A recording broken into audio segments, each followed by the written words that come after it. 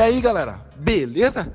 Bom, hoje nós vamos apresentar um trabalho sobre superfície cilíndrica hiperbólica. Mas ué, o que é isso? Bom, primeiramente eu gostaria de deixar bem claro que esse trabalho foi feito sob orientações da professora Marli Maciel.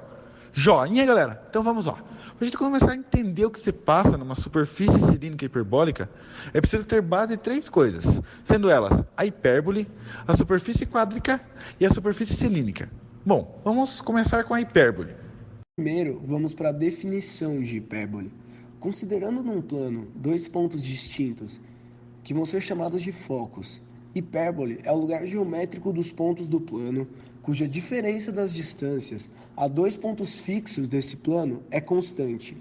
Entre os elementos da hipérbole estão os focos, a distância focal, que seria a distância entre esses focos, que vai ser chamada de 2C, o centro, que é o ponto médio da distância entre os focos, os vértices, que vão ser chamados de A1 e A2, o eixo real, que é a distância entre os pontos A1 e A2, que vai ser chamado de 2A, o eixo imaginário e a excentricidade.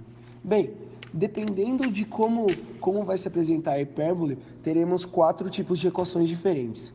Uma quando o eixo real está sobre o eixo x, outra quando o eixo real está sobre o y, outra quando o eixo real é paralelo ao eixo x.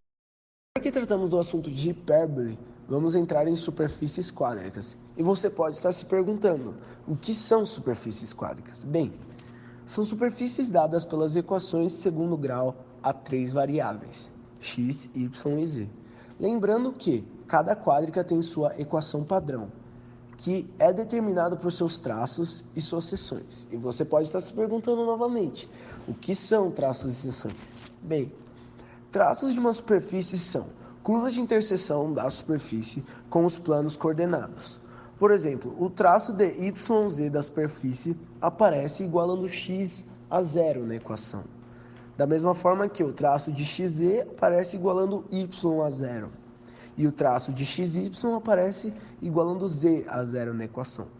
Agora, quanto às seções de uma superfície, elas são curvas de interseção da superfície com os planos paralelos coordenados. Por exemplo, a equação das seções paralelas ao plano YZ são obtidas fazendo de x uma constante na equação da superfície. Da mesma forma que as equações de seções paralelas ao plano XZ são obtidas fazendo de y uma constante e de XY fazendo z uma constante.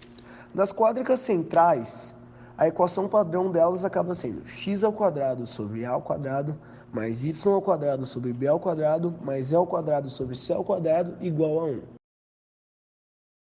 Agora que tratamos dos assuntos hipérbole e superfícies quádricas, entraremos em superfícies cilíndricas.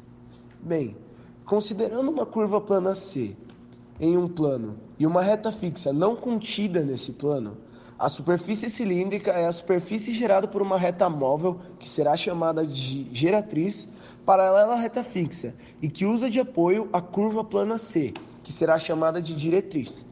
Caso a linha curva esteja no plano XY ou em um plano paralelo ao XY, então as geratrizes do cilindro são paralelas ao Z, e a equação cilíndrica envolverá somente x e y.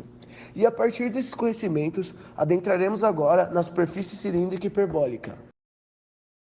Por definição, o cilindro hiperbólico é um cilindro quádrico, em que o conjunto dos pontos de coordenadas x, y e z satisfazem a equação y ao quadrado dividido por a ao quadrado menos x ao quadrado dividido por b ao quadrado igual a 1, onde cada interseção entre os eixos x e y forma uma hipérbole, com todas essas interseções sendo idênticas, e o eixo x, por não estar presente na equação, será o eixo do cilindro. Assim, o cilindro hiperbólico é considerado uma superfície regrada. Na imagem demonstrada, vemos o cilindro S, onde uma hipérbole é formada na diretriz D, e para cada ponto P de coordenadas x, y e 0, que pertence à hipérbole, existe uma geratriz LP de coordenadas x, y e t, com t pertencente aos reais. Essa geratriz será paralela ao eixo z e pertencerá ao cilindro. O cilindro hiperbólico representado na figura é uma superfície simétrica a cada um dos planos coordenados. Se considerarmos o plano formado entre os eixos x e y, a secção do cilindro hiperbólico no plano são duas hipérboles. Se considerarmos o plano formado entre os eixos x e z, a secção do cilindro no plano são duas retas. Agora, se a gente considerar o plano formado entre os eixos Y e Z, tem 3 tipos de secções possíveis, pois pode cortar o plano em 3 diferentes pontos. Um ponto é onde corta a hipérbole ao meio, digamos, que forma na secção 2 retas. Pode cortar também exatamente no ponto onde toca o eixo Y ou o Z, formando somente uma reta em sua secção.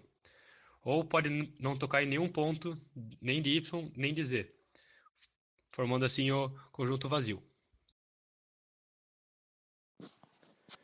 A curva da hipérbole é por muitos considerada bonita e elegante, e alguns arquitetos resolveram fazer projetos em cima dessa ideia. Alguns desses projetos são o monumento chamado Gateway Arch, que fica em Mississippi, nos Estados Unidos, o Aeroporto Internacional de Dulles, também nos Estados Unidos, os Arcos da Casa Milá, fica em Barcelona, na Espanha, a Basílica da Sagrada Família, também fica na Espanha, e a Ponte Juscelino Kubitschek, fica em Brasília.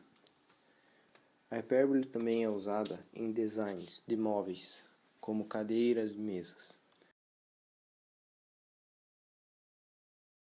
Indo para o contexto da superfície cilíndrica hiperbólica, temos como exemplo a teia de aranha, onde a natureza modelou-a de forma em que, olhando para ambos os lados, é possível perceber que sua composição e a superfície apresentada nesse trabalho são similares. Para concluir, vamos apresentar imagens dos variados tipos de superfície cilíndrica hiperbólica.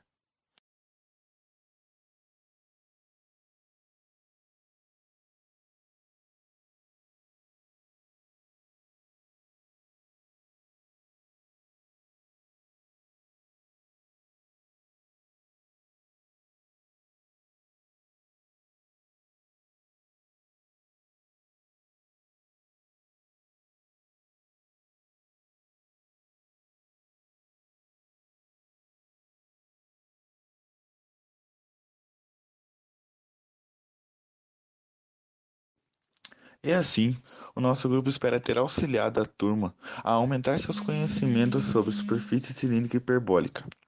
Muito obrigado a todos.